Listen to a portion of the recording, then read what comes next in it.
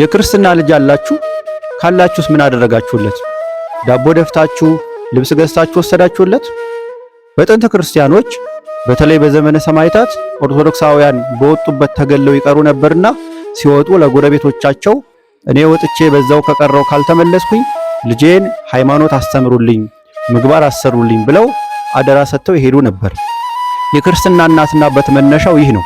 አሁን ቤተክርስቲያን ያንን መነሻ አድርጋ ለሁሉም ሕፃናት የክርስትና እናትና አባት ሾማ ወንጌል እንዲያስተምሩ ምግባር ከሃይማኖት አስተባብሮ እንዲይዙ አደራ ትሰጣለች። ስለዚህ የክርስትና እናትና አባት የሆናችሁ ኦርቶዶክሳውያን የተቀበላችሁ ሰማያዊ ኃላፊነት ነውና ልጃችሁን ወንጌል አስተምሩ፣ ልጃችሁን ምግባር አስረዱ፣ ምጽዋት መስጠት እንዳለበት አዕማደ ምስጢራትን ሥርዓተ ቤተክርስቲያን እንዲያውቅ ድርሻችሁን ተወጡ። አለበለዚያ በእግዚአብሔር ፊት ቃል የገባችሁት ኃላፊነት ለተጠያቂነት ያበቃችኋል።